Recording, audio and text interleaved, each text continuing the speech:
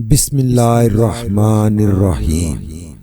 حامیم، قسم ہے اس کتاب مبین کی کہ ہم نے اسے ایک بڑی خیر و برکت والی رات میں نازل کیا ہے، کیونکہ ہم لوگوں کو متنبہ کرنے کا ارادہ رکھتے تھے۔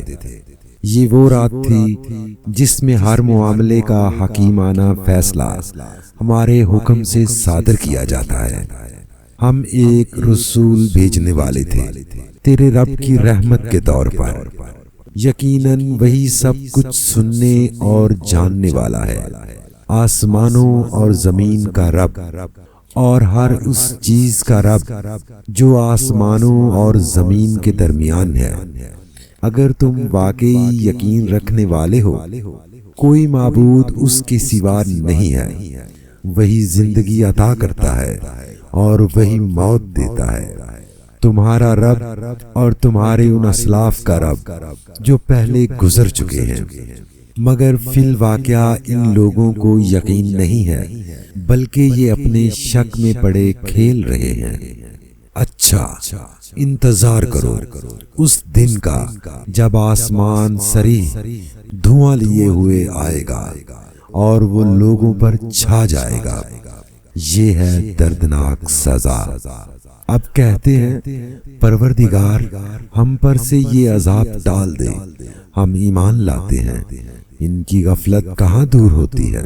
ان کا حال تو یہ ہے کہ ان کے پاس رسول مبین آ گیا، پھر بھی یہ اس کی طرف ملتفت نہ ہوئے اور کہا کہ یہ تو سکھایا پڑھایا ہوا باولا ہے، ہم ذرا عذاب ہٹائے دیتے ہیں۔ تم لوگ پھر وہی کچھ کرو گے جو پہلے کر رہے تھے۔ جس روز ہم بڑی ضرب لگائیں گے وہ دن ہوگا جب تم سے انتقام لیں گے۔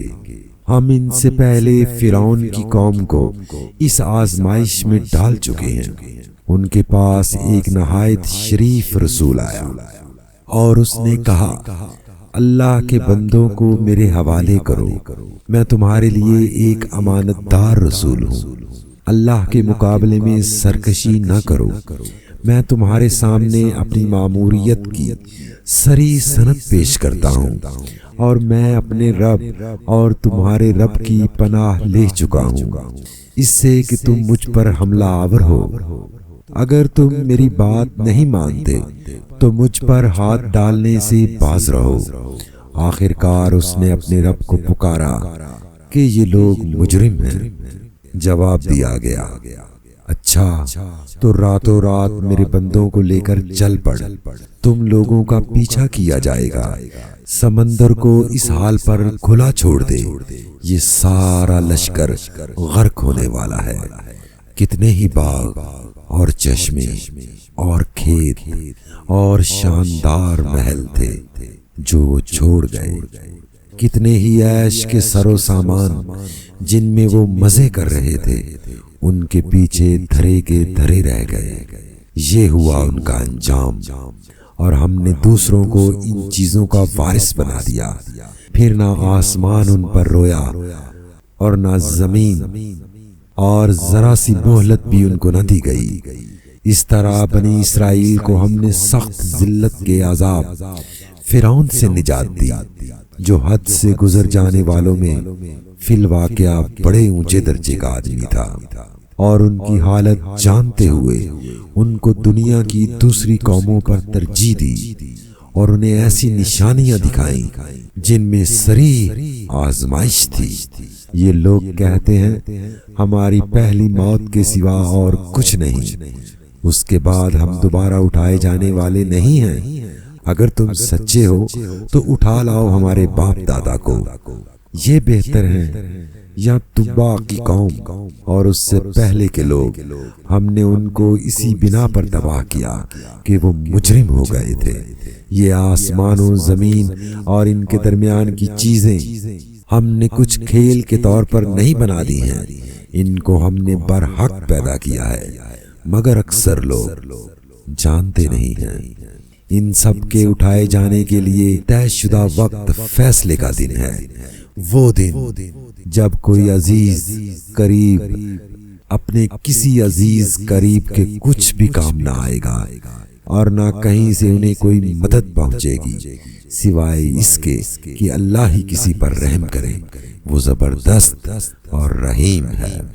زقوم زقوم زقوم کا درخت، زقوم کا درخت گناہگاروں کا کھانا ہوگا، تیل کی تلچھٹ جیسا، پیٹ میں اس طرح جوش کھائے گا جیسے کھولتا ہوا پانی جوش کھاتا ہے۔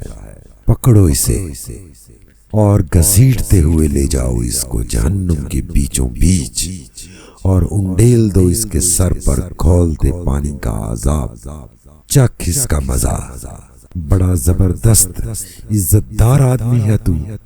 یہ وہی چیز ہے جس کے آنے میں تم لوگ شک رکھتے تھے۔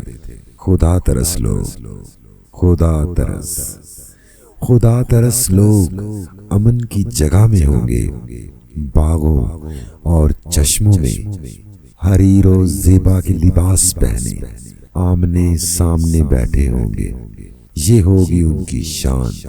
اور ہم گوری گوری آہو چشم عورتیں ان سے بیاہ دیں گے، وہاں وہ اطمینان سے ہر طرح کی لذیذ چیزیں طلب کریں گے، وہاں موت کا مزہ وہ کبھی نہ چکھیں گے۔